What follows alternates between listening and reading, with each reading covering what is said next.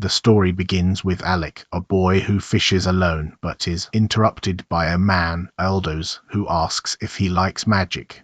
He starts training Alec, and while he teaches him to use a spell about the friends Alec he will make in the future, and imagine that they are in trouble. Alec follows the instructions and manages to cast a spell. He thinks it was difficult, as it took him all day to learn, but Eldos notices that most would take a whole month to master it, and Alec is excited to learn another spell. But he tells Alec that they are done for today. He decides to rest fishing instead, but Alec irritated, as he wants to continue practicing his spells. Eldos mentions that Alec has a talent for magic, so doesn't do anything, he will become a first-rate magician. He wonders why Eldos is teaching him, but before he can answer, he feels a fish pulling his rod and has no idea how to catch it. So he asks Alec for help, and he finds Eldos strange, to know nothing but magic, and Alec helps him catch the fish. Alec continues to learn magic, but one day, Eldos tells him leaving the capital and advises Alec to never become a court magician. Alec wonders why Eldos taught him magic. Eldos reveals that it is because he owes a favor to Alec's late mother, and Alec watches Eldos leave. Several years later, Alec finds information and about realizes Eldos that he graduated as the best in the class. He became a court magician, but ended up being fired, and Alec wonders if that's why he seemed sad. Alec decides to follow in Eldos' footsteps and swears to change, but after becoming a court magician, he is also fired. Prince Regulus reminds him that his job is to watch them with magic, but he didn't help them in the last battle. Regulus mentions that he was fighting in the front line while the other members were part of them, but all Alec did was cast support magic. He tries to explain his actions, but Regulus refuses to listen and thinks that Alec only uses support magic because it's all he can use. From the group notes that Alec always asks to retreat and thinks he's just afraid to go deeper into the dungeon.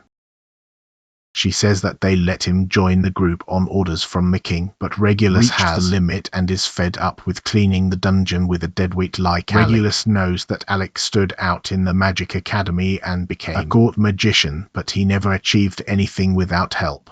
Alec mentions that he wants to talk to him, but Regulus realizes that he is carrying him angry, since Plebeius has no permission to carry weapons.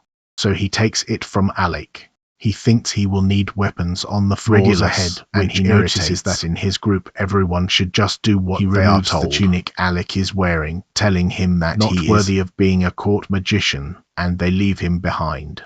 After that, Alec thinks about how he researched everything to know what Regulus, because he knows that if he goes to the 30th floor, Regulus can try to help them in every way he could because he trusted him, but he realized that everything was in vain. That there may still be time to help Regulus because the king hired him to assist the committee, so he goes to the castle with a plan.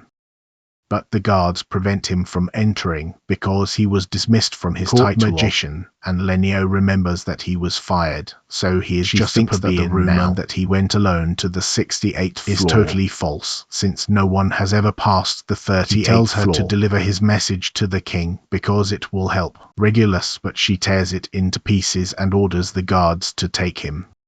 While Alec walks through the city, he thinks he failed with Eldos because despite having 4 years as a court magician, he still couldn't change anything. He meets his friend Iora, who hugs him immediately, and he tells her everything that happened. He apologizes to her because he is not in a good mood, even though they haven't seen each other for 4 years. But she says she also hates the place, since everyone still believes in the old ideas about plebeians and nobles. He is afraid that someone will hear them because she speaks loudly. She calms him down by saying that there is no one around. She says she is happy with everything that happened to her, and remembers the time she promised he would join her party. She reveals that the reason for coming to the capital was to invite him to go with her. He says he is just a useless court magician, but she says he is the only one her group needs. She says that all her former group mates plan to come to the capital to join them, but they won't force him if he still wants to be a court magician. He cries when he hears this and agrees to go, so she welcomes him back to his party. While they ride a carriage, Iora tells Alec if he wants, since they are still far from the destination. She wonders if something bothers him, but he is only thinking about how Eldos was right because he warned him not to ever become a court magician. Meanwhile, Len tells Regulus that Alec left the capital, mentions that Alec was the biggest student the Academy has ever produced. He was excited to work with him, but it turns out that Alec was just a coward. She observes that he will be replaced by the son of a nobleman, and she thinks that after they conquer the dungeon, the whole world will know the name of Regulus. Alec and Iora arrive at Fizzle's dungeon. He is surprised to see several adventurers there. So she mentions that it is a great city, since people there have no prejudice against adventurers. She is excited for him to register in the guild, but when they get there, the receptionist Misha immediately rejects him. She explains that he needs a license to pass the 30th floor, only given to members who have been in the guild for at least 2 years. Ira observes that a girl named Kara should deal with the situation, but Misha mentions that she only came and threatened her. Ira feels stupid for letting Kara take care of such an task, and she tells Alec that their group is on the 52nd floor, so they cannot wait for 2 years.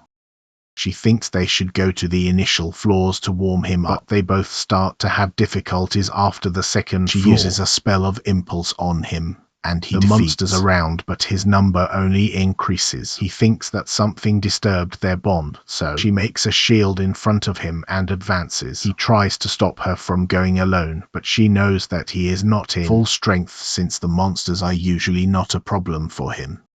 He thinks he is no longer a wizard of the court, so he must to save Iora, and shoots fireballs at the monsters. They soon surround him. Iora protects him with his barrier, and he invokes lightning to sweep them away.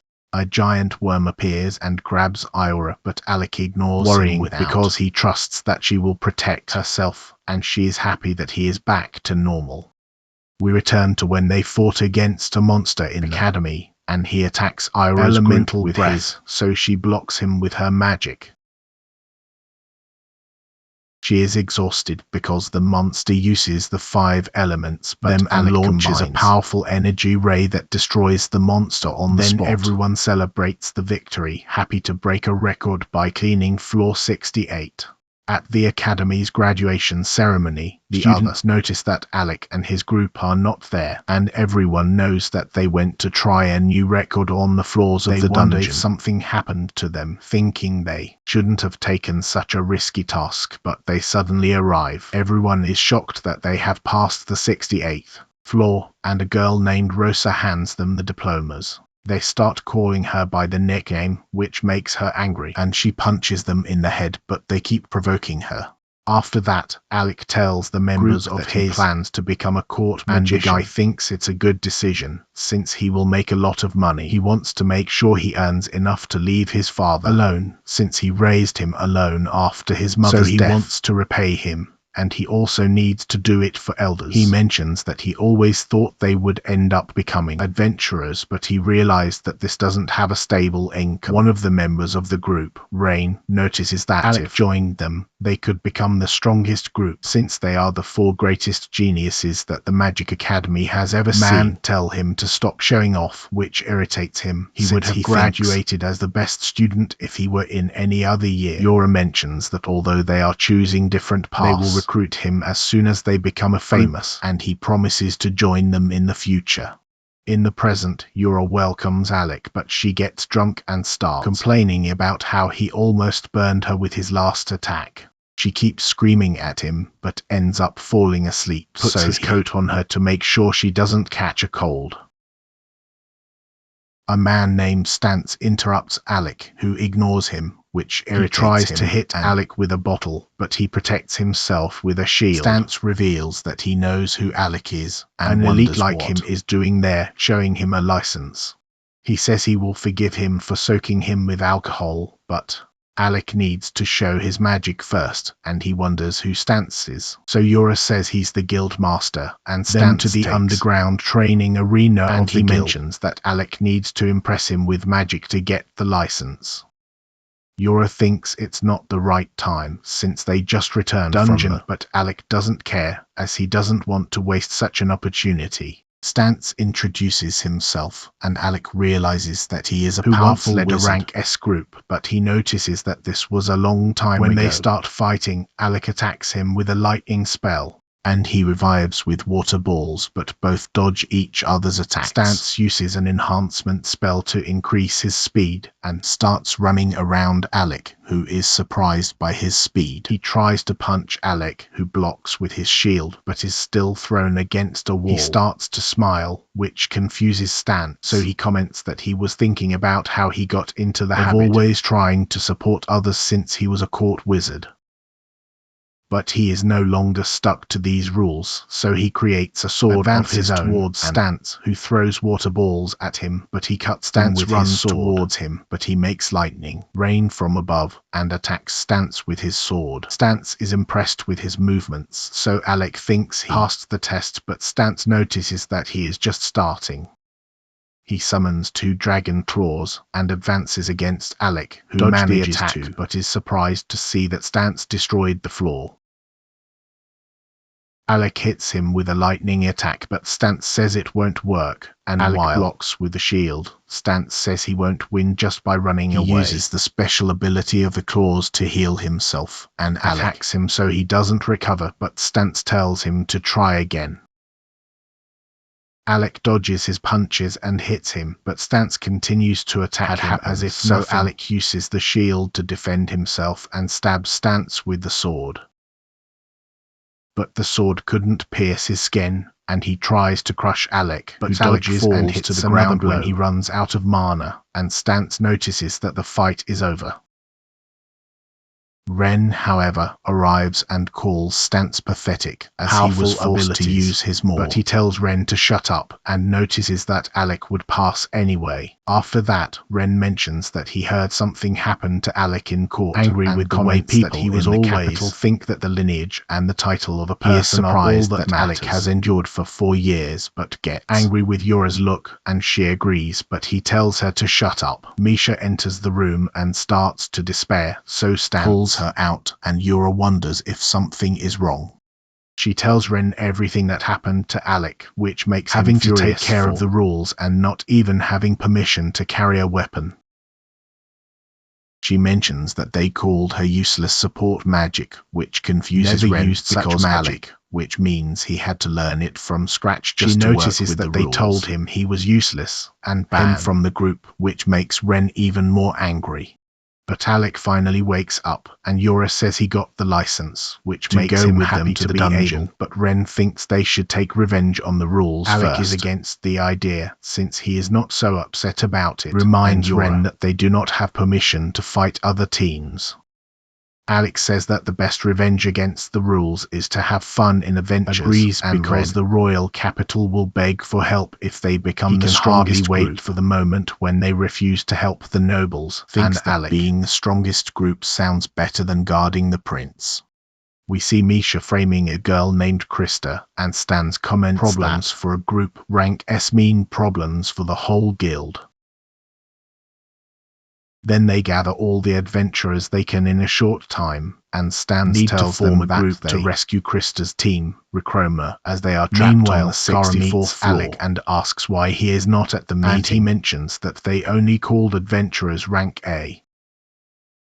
Kara heals his wounds and tells him to talk to her if something is bothering him, not so he mentions that he still has he acquired in court, revealing that he is still afraid to use his powers, while Ren and Yorha saying that Stans recruited them for a rescue mission. They give the details and mention that they cannot use healing magic on the 64th floor, so they need potions. Alec is surprised that Kara agreed to go to a place like this. She notices that she was against it, but Ren's decision cancelled her. She calls him an idiot for his decisions, but he tells her to stop lying, since they decided to go there for the vote of the majority.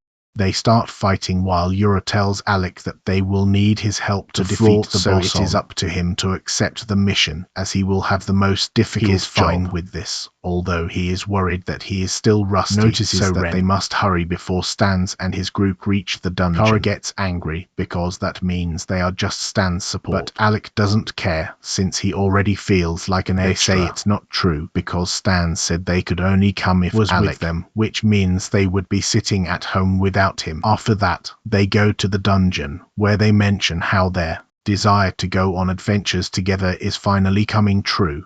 Alec apologizes for making them wait so long, but Ren explains they that they wanted waited to, and notices that it is time for them to return to their legend. Ren mentions that if they try to go down to the 64th floor normally, they will never. So Yorha shows them a magic item that makes them skip all the bosses. She mentions that they also have a core that allows them to go down to the 52nd, but what Krista gave them will take them straight to the 64th floor.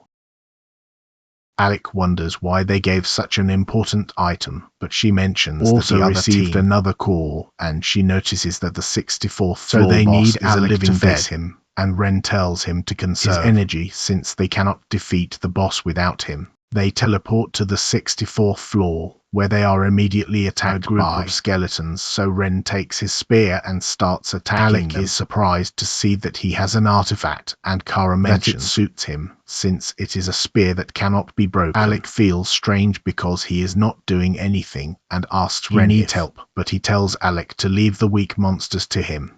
Alec suddenly feels something behind him, and fires a lightning, but is surprised to see that there is nothing. He uses his mana sword to attack again, makes a sorcerer appear in front of him.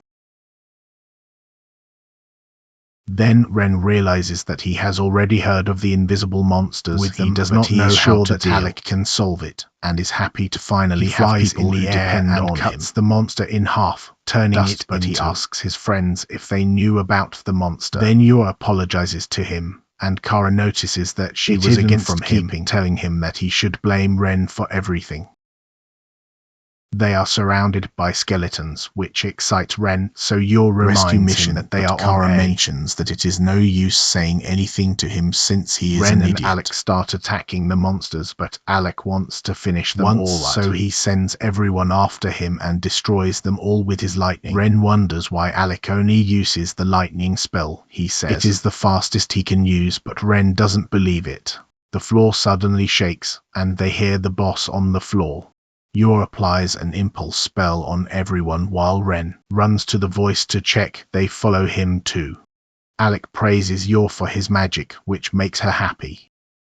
When they reach Ren, an adventurer named Locke comes, running away from the boss, and he asks Ren to help him. But he doesn't care, knowing that Locke is not a good person, and falls to the ground, which worries Alec with his safety. But Kara calms him down because she knows it's Locke's way of fighting. When the monster approaches, he falls into the trap and is hit by fire magic. He laughs but is shocked when the creature shoots fire at him, and Ren saves him before he is hit. The monster turns his attention to Alec and to crush him. Then Yorha protects him with his shield. He starts running in the direction of Ren and Locke. Then Alec hits him with his lightning, but he continues to chase them. Ren suddenly runs to the others and throws Locke to Kara. Then Yorha tells her to protect him. Ren asks Yorha to give orders. Then she mentions they will delay the monster while Alec finishes him. Yorha applies a support spell on Ren, who runs towards the boss. Crush him on the ground, but he dodges the attack and hits him with his spear. The monster still manages to make him fly, and is about to crush him, but Yorha protects him with his shield. Alec prepares his magic circles to attack, which impresses Locke. Magicians he knows cast 5 spells at once, but he is shocked when Alec uses 20 spells at the same time. Alec uses all the magic to hit him with lightning, but it is not enough to defeat him. He prepares to cast his fire breath, then Kara attacks him with her arrow, which pushes him to the ground, while Yorha traps him with his chains. Ren nails the spear to the monster's head while Alec activates the sealing spell, but he is surprised with calm given the situation. He still prepares to cast his fire breath, but Alec thinks he made a mistake since he has a special ability that only he and else can use. He reflects the flames back on the monster, making it explode, but he still refuses to fall. He again prepares to attack him, but he burns him with hell while Ren cuts his head in. They celebrate the victory, but Locke interrupts them and says he knows who Alec is. There are rumors that he is the magician who defeated Midra. There are those who do not believe, but Locke trusts Alec because he saw his power.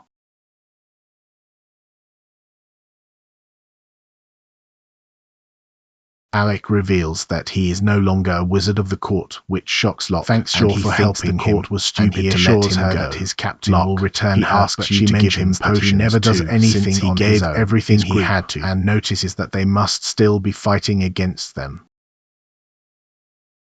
The most difficult floor boss, which surprises everyone. They realize that there are two floor bosses in charge of distracting the lower DKI. So the guy feels it was the perfect floor boss is like a knight covered in black armor. There may be nothing inside it, which means that the monster may be the armor itself. He thinks that physical attacks will not damage him, and gives Alec an artifact into a weapon, saying that he needs it to fight bosses on the deeper floors. Finds Locke suspicious, since he never gives free items. Yor thinks he's trying to turn Alec into a frontline fighter. He tells Alec to stop using magic in exchange for the artifact, which surprises him since they are about to fight a live dead boss. Locke mentions that he likes to use all the dirty tricks in the book, and he notices that he has a plan. Meanwhile, we see Regulus and his group running away from the monsters at level 30 with his spell, but she can't do anything because her magic companions useless, and tries to defeat monsters with his sword skills, but they easily knock him down. The members of the group decide to retreat, and while they carry him, he wonders why he can't even beat a level 30 monster. He realizes that he has had difficulties since he fired Alec, so he thinks Alec cursed him, and blames him for what is happening. After that, Regulus goes to Voguing, who assures him that he is not cursed, but he refuses to believe. He knows that if Voguing told the truth, everything that happened would be his fault, but he finds it impossible, and is convinced that he was cursed. He can't believe he didn't pass level 30, so mentions that it's because he can't use support magic there. But Regulus notices that he doesn't need such things since only cowards use it. He thinks that if Alec didn't curse him, he did something else, but Voguing surprised that Alec didn't tell Regulus that he can't use magic at level 30. He wonders why he asks about Alec, so he notices that Alec is one of the legendary students who surpassed level 68. But he tells Voguing that it is just a rumor that the plebeians spread. A man tells Regulus that the king called him, and on the way, he asks if he heard about Eldos, but he has no idea who he is. Then the king explains that he is a wizard from the court, who banned him from the kingdom for being a complete idiot. We learn that he told the king that if he didn't change court, the kingdom would fall into an irreversible situation.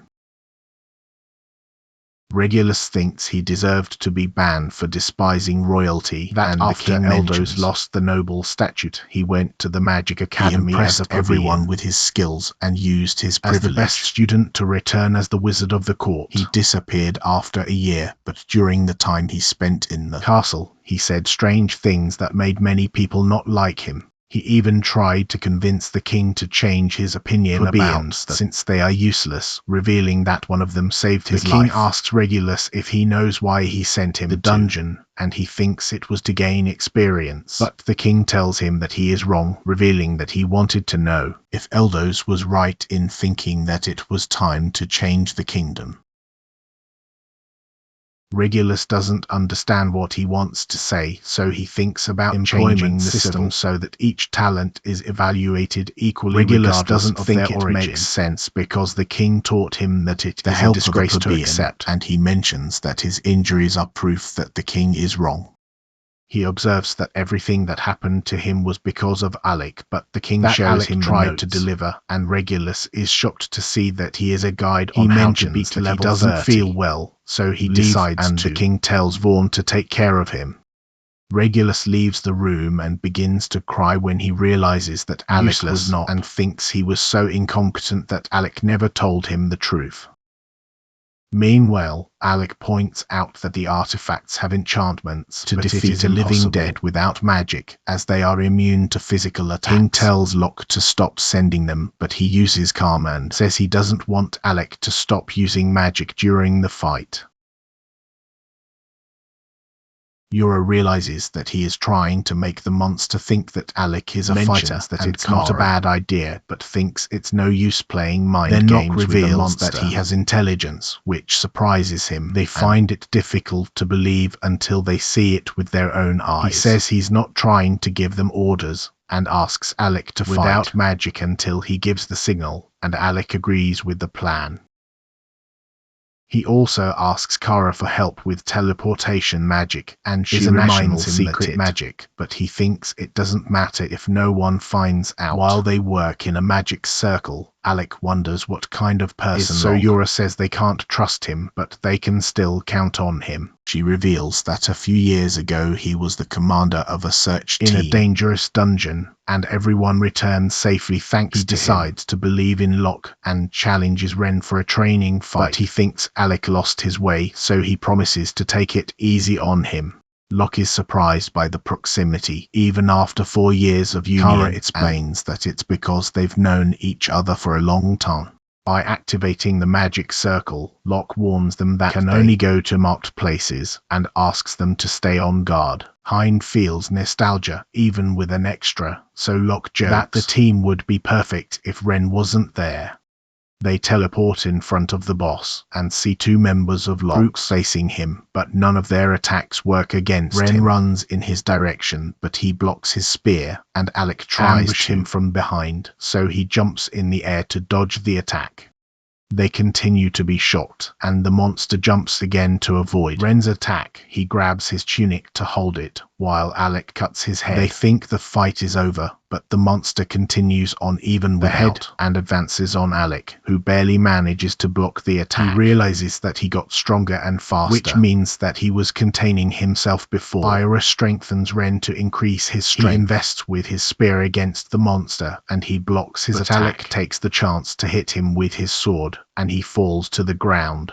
The monster gets up and puts his head, and throws Alec through the air, but Ira summons his shield to prevent him from hitting the wall. Locke realizes that they need to stop him for 5 minutes, so Alec drinks a potion and returns to fight. While Ira tries to go with him, Locke tells her to help him. Ren drinks his last potion.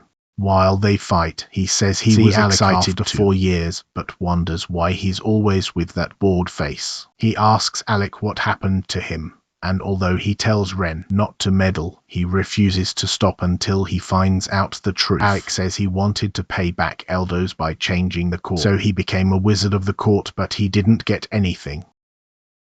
Ren thinks that feeling is what matters, and having been in court for 4 years is already impressive to his eyes, which makes Alec cry. Locke suddenly activates a great magic circle. The monster runs in his direction and cuts his body. But it was actually just an illusion to attract the monster to an ice trap. The guy teleports Ren behind the monster, and he hits him with the spear. Mabel, one of Locke's companions, tries to attack him with the sword. He dodges her attack but steps on Locke's other ice, so he gets furious and advances against him. He tries to fool him again, but the monster sees through the illusion and attacks his real body, so he blocks it with his magic sword. Another member of his group, Rule, sees that Ira is supporting Locke with a, but he still thinks that Locke won't be able to stop the monster. But he is surprised when she uses her spell of connection to contain the monster, and he still manages to hit Locke. But while he is falling to the ground, he tells Alec to show everyone his true power. While Ira holds the monster and Alec surrounds him with magic circles. Locke is impressed as he uses more than he used in the last boss. He hits the monster with his lightning, but he starts to let go, and Ren doesn't believe he's still alive. Alec tries to create more magic circles, but he reaches his limit, surprised that he is running out of mana, since he has already casted so many spells. He remembers how Regulus fired him, but his friends welcomed him for believing in him, and he doesn't want to disappoint them. He exceeds his limit and combines magic circles to summon a lightning beast, and everyone thinks it's crazy. The monster breaks the chains and advances, but the beast dominates him and crushes him with its prey. Alec falls to the ground, but is happy to have protected his friends, who welcome him back with joy. Ren reminds him of the game. Whoever falls first loses and is penalized. Alec realizes that Ren let him fall to win the game, but knowing that the game was not fair to Alec, he decides to take it easy. Alec's penalty will be to talk to him whenever he has a problem.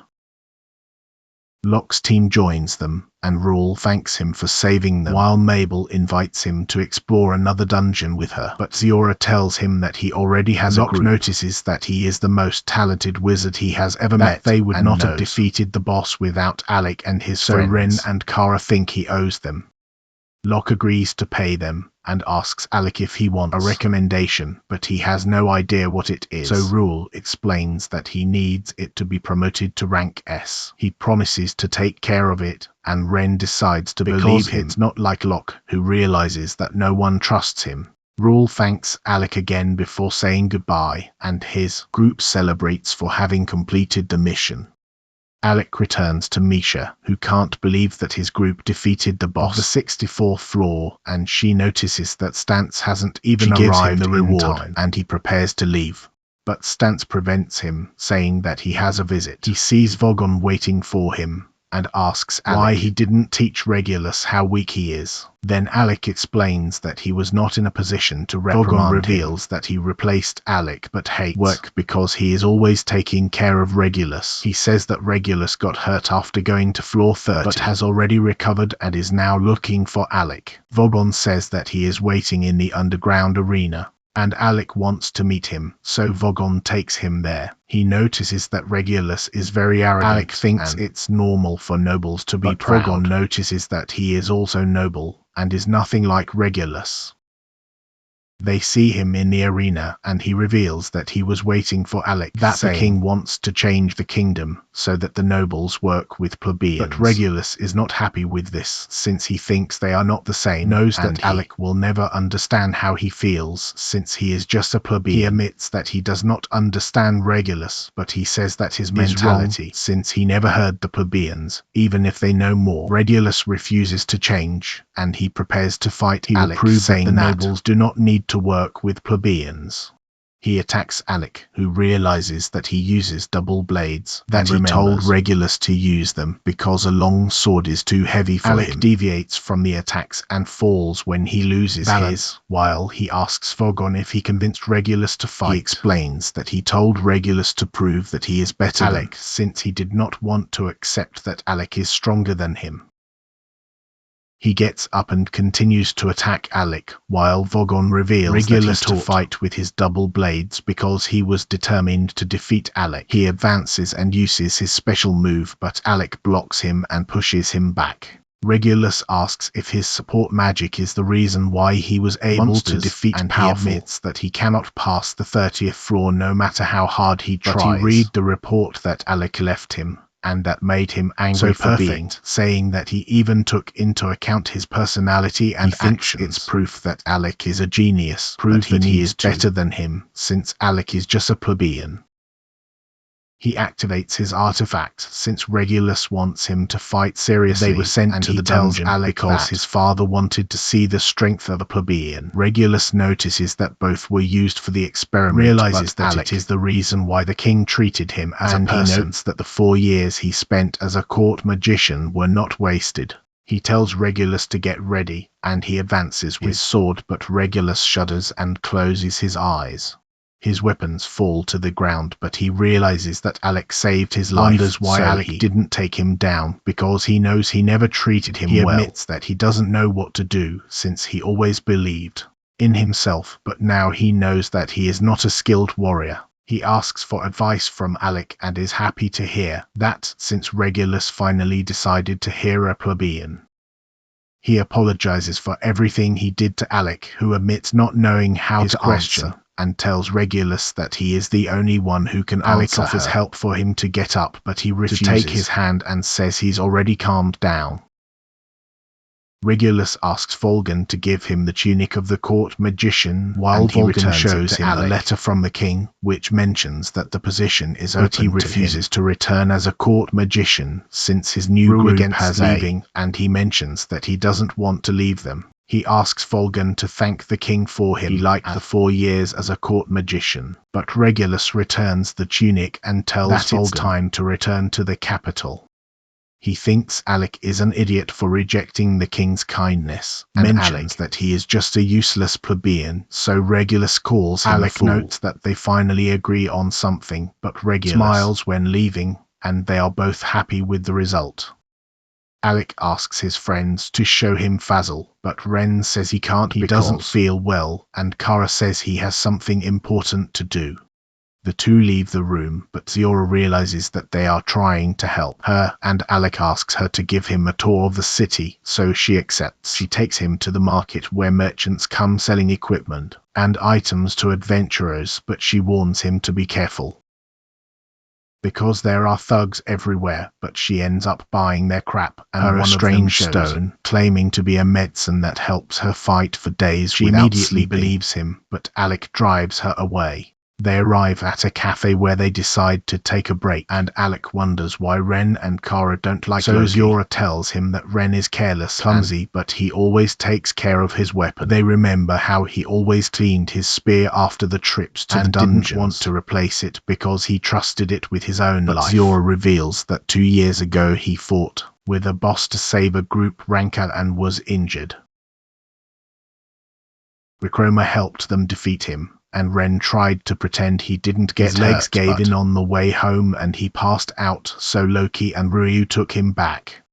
But Loki found his spear useless, so he threw it away, and Ren got mad when Loki said that weapons are disposable, which made him even more irritated. Loki plans things while Ren uses to get rid of problems, and so she thinks they'll never get along. Alec asks why Kara doesn't like Loki either, and that she finds him annoying and even considers him a troublemaker. Alec and Yorha continue to walk around the city and see a item that increases magical power, so Yorha wants to buy it. She realizes she can't pay, so Alec buys it for her, and she promises to keep it.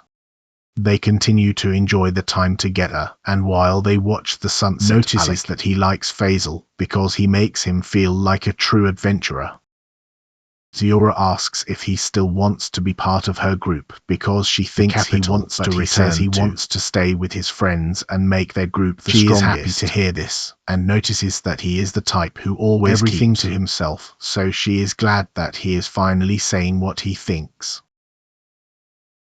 He says he wants to talk about his true feelings, so she gets nervous and gets ready to kiss. That since he lost the game to Ren, he can't keep things to himself that she is upset, so he asks what she has, but she tells him it's nothing and curses Ren. The next day, Ren wakes up Alec and realizes that he studied all night. Ren tells him to get ready since the day of an adventurer starts, so he dresses up and asks Ren if he wants to start the usual way. They have a training fight, and Yorha says it's too early to fight, but notices that he needs to reach his friends since he's been away for 4 years. Ren managed to break his sword, so Alec admits defeat, but Ren challenges him to fight. They are about to face each other, but Yorha tells them to stop before Loki suddenly joins them and offers advice, so they start to move away, but he reveals that he gave them a S recommendation. They realize it's an IDS, but he refuses to deliver it unless Ren begs, so Krista hits him and apologizes for his behavior. She delivers the IDS, and Ruel says that Rechroma recommended them to the guild master, so they were promoted to rank S. She tells Alec that rank S groups can access the arcane dungeon, notices that it is a challenging dungeon, even more dangerous than they tell Alec to call if necessary, because they still owe saving him, but Loki suddenly invites everyone to celebrate. Yorha and Kara say he will pay, so he says he needs to go to a meeting, but Krista reveals that he is lying, so they drag him. They go to a tavern and start drinking together. Alec can't believe that their group is already rank S. Ren tells him to stop doubting himself and that they are just starting. Happy with what is happening, as everyone continues to ask for the most expensive drinks. Then we see that Yorha is already drunk, and Kara tells Alec he stayed with them instead of going back to the capital. But Misha suddenly calls Kara and says they need her help. She cures injured adventurers, and Misha thanks her for helping them, saying that their healers were overloaded, as many people were injured. She wonders what happened. Misha reveals that they were attacked by criminals from the Shadow Guild, and Stan shows Kara an injured adventurer, Olivia. She realizes that Olivia is in a bad state, so she needs to treat her all night. Olivia suddenly grabs her, and Kara asks if she remembers what happened. Olivia mentions that she needs a merchant, and asks Kara to cure her to act soon, but Kara says she needs time to recover. She tries to be strong, but suddenly faints, so Kara starts taking care of her Olivia wounds, has a lot of old scars, which prove to have survived countless battles. Kara knows that she is from the Nameless Party, and is one of the best swordsmen, so Kara wonders who did this to her, and uses her healing spell. The next day we see Alec at the library, where he consults the record of the arcane dungeon, but a boy named Lurk suddenly interrupts him. He reveals that he knows Alec and asks him what he can do for him. Lurk says he wants special parfaits for coffee. They decide to go there, and Lurk eats a lot of parfaits, but Alec goes straight to the point because he feels that he is being deceived. Lurk reveals that he is a member of the group S Nameless, and he knew that group reached rank S after his entry, so he wanted to meet him. He believes that Alec is ideal for the next mission, and invites him to join his group on an incursion in the Labyrinth's dungeon. Kara visits Olivia and realizes that she is already practicing her blows. Kara tells Stance to stop her, but he explains that she will not hear him. Then Kara tells her to lie down because she is still injured, asks who attacked her, but she refuses to answer and asks Kara to heal her leg. She tells Stance to leave the room and heals Olivia's leg, saying that she will walk soon but needs time to recover. She apologizes for being rude to Kara and promises to reward her, but kisses Olivia's forehead, saying that it is an amulet to help her relax. She remembers how her mother did it to cheer her up, and says to Kara that she is thirsty, so she gives tea to Olivia. She comments that she is also hungry, so Kara goes out to get food for her, but Olivia puts a drug in her cup. Meanwhile, Alec talks to Lug's friends, find out that he has not yet accepted the proposal. Hein notices that Lug looks like a boy, but he is older than everyone, and Alec is surprised, so Iora reveals that he is an elf. Alec remembers that he mentioned that the Nameless will go to floor 72. The plan is to clean it quickly to get the core of the last floor dungeon. He wants Alec at the end, saying that he can keep the core, and Lug reveals that is in a hurry because they want the Shadow Guild to pay for hurting the friend. Alec realizes that Lug wants him to take care of the dungeon to bring down the Shadow Guild to floor 72. Hein does not trust him, but Iora does not believe that Lug deceives them, since he keeps Nameless together. Hein takes the core, and he knows that Olivia is also nameless, so they decide to visit her. But Michelle tells them that something happened to Kara, and they realize that she has not been well since Olivia drugged her. She thinks that Olivia has returned to the labyrinth, and notices that is not yet fully cured, so the Shadow Guild will kill her if they can. Hein thinks that she will be fine because she is a rank S swordswoman, and asks Kara to calm down because she is not acting as usual. She remembers that Olivia spoke of a traitor, so she knows that someone Shadow Guild and is determined to save her, saying that she will go alone if necessary. But she realizes that her friends will not let her go alone, and they already plan to invade the labyrinth so they can find Olivia on the way. They follow the labyrinth, and Iora notices that he has teleporters everywhere, joins them and says she went there because she is also looking for Olivia. She offers to go together, and reveals that Lug called her to the attack since the Nameless need someone in place of Olivia. She notices that both are rank S swordswomen, but suddenly she touches Alec and says she wants to see his magic again. So Iora is upset and says they don't need her because the group cares about the team's dynamics. Rain explains that the Nameless act as 4 solo adventurers who only get together to explore. That Olivia is of the stoic type. In flashdown, she is Olivia practicing her moves, but she wonders why Mabel is with her, so she explains why they are friends. Olivia notices that she prefers to be alone, and reveals that she joined the Nameless to clean dungeons, but Mabel invites her to an incursion. So Olivia agrees to go with her, and Mabel can't wait to see her in the central dungeon tomorrow. Back to the present, Mabel reveals that Olivia appeared for the invasion and Iora refuses to let her go with her, but she begs everyone to find Olivia. Rain gives a bracelet to Alec and not to lose it since it is their secret weapon. They enter the labyrinth, and Kara puts the teleport circles so they can reconnect if a trap separates them, but Rain mocks her for behaving like a little girl in the guild, so she kicks him away and he ends up activating a trap. Alec runs to his side, but he also activates a trap and both are teleported. Alec is surrounded by monsters, so he hits them with his lightning, but one of them is about to attack him from behind. So Kara knocks him down and explains that he managed to reach him because of their bracelets. She reveals that they are called Mobius rings and come in pairs, which prevents two people from separating. She tells him not to worry about Ira since she is with Rain, and she thinks they will be fine as he is a capable fighter. Alec and Kara kill the monsters and explore the labyrinth, but stop see a curative on the floor, which makes them realize that Olivia is nearby. We cut to Rain and Ira, who run from monsters. Ira uses magic to create a ground wall. She tells Rain to aim at their boss, so he advances while she strengthens him with his spell. He advances through the monsters and beheads their boss, so they panic and run away. She praises him for defeating the monsters, and he notices that the praise but tells her to help Alec regain his confidence. They stop to see the corpse of a monster and realize that it is a walking boss, but Ira wonders who defeated him with a single blow. So Rain tells her that only one person can do this, and notes that it is the master of the blade, Mal. We see Mal talking to the head of the Shadow Guild, who is impressed that Olivia against him, and he explains that he knows how she fights since they know each other. The boss wonders why Mal works with them, and he explains that it is the same goal they share, but his desire is different because he just wants to get stronger.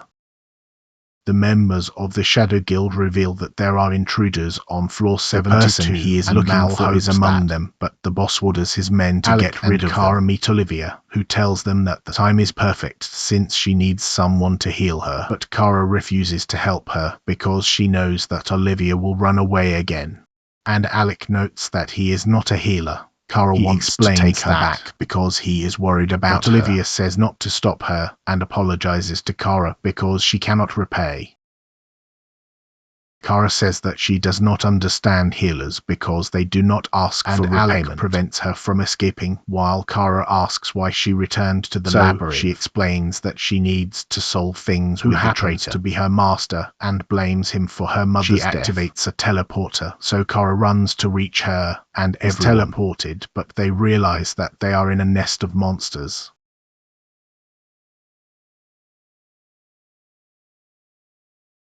Alec advances, and Olivia wants to go with him, but Kara tells her to wait for the teleport spell they need. She realizes that it will Alec is in great disadvantage. He strives so to Olivia understands that he cannot reach his weak point, but him down instantly, and he is impressed because he did not even see her move. Kara realizes that his teleport is almost ready, but it is suddenly defective. Alec realizes that they cannot use spells because there is a magic eater in the area. Olivia says that he has no practice, and while she continues to eliminate monsters, Alec realizes that she is the opposite of Rain, a cold and sharp fighter.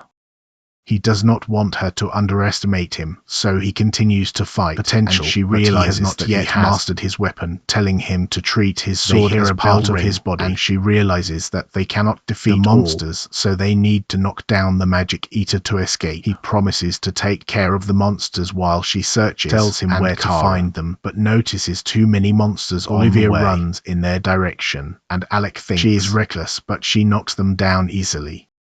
He distracts the other monsters, but one of them attacks him from above, and he manages to push him back. But he continues to attack him, and he fights to defeat him, since there are many, so he runs to an ogre and the monster collides with him. He thinks it's over, but manages to recover, and is still impressed to be alive. Olivia slaughters the monsters in her path, and sees the magic eater, then stabs him and destroys his bell. Kara tells Alec that they are ready to go, so he attacks the monsters with his lightning, while Olivia runs to reach her. She tells them to hurry up since the monsters have already found it. Then Alec burns them, and tells Olivia to take it in his hand. They manage to escape, but she wonders why he didn't say he was a wizard. Notices that he looked stupid giving advice, since he's not even a swordsman. She thanks him for saving her anyway, and admits she wouldn't have survived if she had gone there alone. Kara hasn't recovered yet, and the wounds can reopen if he fights, and asks about his master. Then Olivia reveals that when her mother died, she was completely alone, but Mal welcomed her and taught her to wield a sword. He raised her as if she were his own daughter. She trusted him more than anyone in this world. But after she defeated a group of monsters in the dungeon, he suddenly attacked her. He thinks she's about to die, so he says he wants her to know the truth before she dies, and reveals that he was the one who killed her mother.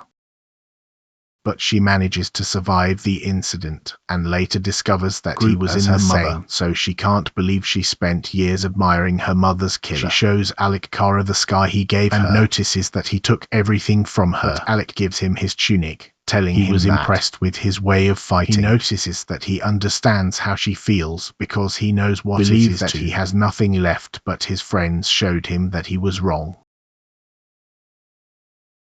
She reveals she has no friends, but he notices that Lurg wants the Shadow Guild to pay and Kara says he can't change the past, but he can heal her whenever he gets hurt. Olivia knows that Lurg and Mabel tried to help her, but she thinks they have no idea how scary it is, so Alex says they'll fight for them. We return to Rain, who says he hates the dungeon, since there are traps everywhere, and Yorha tells him to stop touching everything he sees. She wonders if Alec and Kara are okay. They'll find the one who defeated the boss of the floor, but Rain tells her to shut up because there are people approaching. The members of the Shadow Guild appear, and one of them eats a core as approaches Yorha and Rain, who think he's crazy since he shouldn't eat cores. He realizes they're intruders and orders his men to attack. They're not stupid, and Rain says the core he ate didn't make him stronger. He asks the man if they're looking for the dungeon core on the last floor, but he refuses to answer. But Yorha uses his chains to torture him, and he admits that the boss told them to steal it.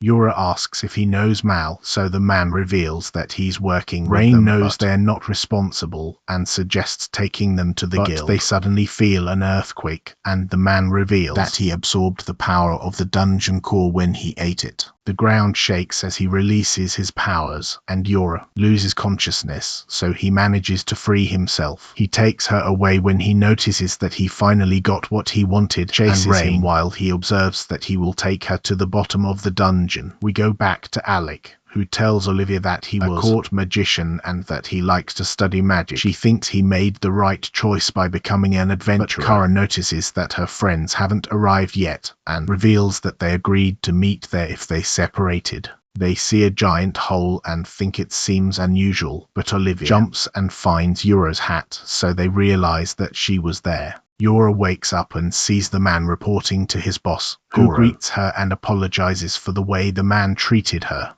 She asks why they didn't kill her, but he refuses to answer, is happy because she's starting to behave like a cornered animal. But Mal tells him not to touch her, and she recognizes him as the master of the blade. Rain suddenly appears above them, and he stabs the man in the back, so Garu takes his weapon to defend himself. Rain realizes that he uses a mana sword. The man is alive because the core he ate strengthened his body. He notices the Mobius ring that Yorha wears, so he takes it off and says he won't save her. But Rain asks what he meant when he said he got what he wanted. Goro just tells him to do his job, so he punches her to knock her out and tells Mal that they should start. Rain threatens to kill them if they touch her. They run away, and Goro prevents him from chasing them. He reveals to be the most famous member of the Shadow Guild and starts fighting again. He notices something strange in his weapon, but knows it's not an artifact. He destroys it and stabs Goro, but is surprised to know that he is still alive and freaks out when he sees his blood. He reveals that he doesn't like evil because he stands still all day and still acts as if he were the boss. Rain prepares his weapon while Goro gets up. Suddenly starts singing while his blood returns to his body. He instantly recovers, and his blood repairs his sword while he tells Rain that his end is near. Rain wonders what magic he uses because he's never seen it before and stabs him again. But Goro says he never learns, and reveals that Rain's attacks kill him, since his blood magic makes him stronger whenever he gets hurt. He pushes Rain back and invokes his whip, which wraps around Rain's leg and throws him to the ground. Goro thinks he's done, so he starts to mock him. But Rain gets up and says it's not over yet. He calls his artifact, and he flies towards Goro, easily dodges it, but Rain suddenly punches him away. In a 6-year flashback, we see Rain getting ready to fight Alec, who uses his magic sword. Alec is surprised by Rain using only his training weapon, but confident he can win since he's never lost a duel in the academy. He starts to fight but realizes he's being pushed back. Kara and Aura wonder if he'll lose for the first time, since his spear is not enough for Alec's magic sword, and he starts to spin it, but he drops it accidentally, and it almost hits Rosa. He gets ready to fight Alec with his fists, but she interrupts the duel and reprimands them for causing a mess. After that, Alec thinks Rain dropped the weapon to distract, and he explains that Rain's plan was magic brilliant. Swords drain the user's mana, becoming vulnerable and losing focus. Rain pretends he didn't drop the weapon accidentally and calls a genius, but Alec thinks he's just putting pressure on himself. Back to the present, Rain continues to attack Goro, while observing that Alec is a genius in offensive magic, and Aura has talent for support magic, and Kara specializes in healing. He admits he can't use a single spell, but notices he's a fighting genius and knocks Goro down, telling him that his blood magic won't help him if he beats him to death. But Goro gets up and uses his spell to summon a vortex attacking Rain. We cut to Lirug. Stantz asks why he chose Alec as his partner, and he explains he heard rumors about him. He wonders if it's true that Alec can use all 5 elements, and Stantz thinks it's unlikely, saying he won't believe it unless he sees it for himself. He also doesn't believe Alec has set a record of 68 floors in the capital's dungeon. Mabel suddenly interrupts them and notices that Olivia entered the labyrinth alone. She tells them not to worry because Alec and his friends have already gone after her. Stantz notices his plan has been ruined, revealing he was for the perfect chance to attack the Shadow Guild. He asks if Alec uses the 5 elements, says she only saw him use fire and lightning. Lirug wonders if they're the only ones, but Stantz thinks he's hiding his powers and suggests looking for him in the labyrinth because he knows the place is dangerous. We return to Rain, about to be burned, but Alec appears and saves him, using his reflection spell to return the flames. Rain says his time is perfect and that he's happy to see Kara and Olivia, but realizes Goro is still alive. Olivia knows he uses blood magic, which is incredibly difficult to deal with, and Rain tells everyone that Yorha was kidnapped. He realizes the Master of the Blade works with the Shadow, which shocks Olivia, but Kara wonders why they took Yorha. Rain tells the others to look for her while he takes care of Goro, but Kara hits him and uses her healing to recover. She grabs his bracelet and asks Alec to help her defeat Goro, who summons flames to attack them, but Alec reflects the spell again. Kara and Olivia run after Goro, and Rain picks up his spear, telling Alec that Goro is no match for his reflection spell. We see Stantz and the others in the dungeon while they talk about the demonic cultists in the Shadow Guild who have seals on their bodies. We learn that their leaders are called title bearers, and Stantz notices that they are dangerous, as they are willing to sacrifice everything to become stronger. Goro activates his spell Seal, which makes his body transform, and he suddenly bites Rain, but Alec summons his lightning, so Goro jumps away, and he manages to dodge Alec's lightning. He realizes that Goro's speed is insane, so he creates a magic circle above him and hits him with his lightning.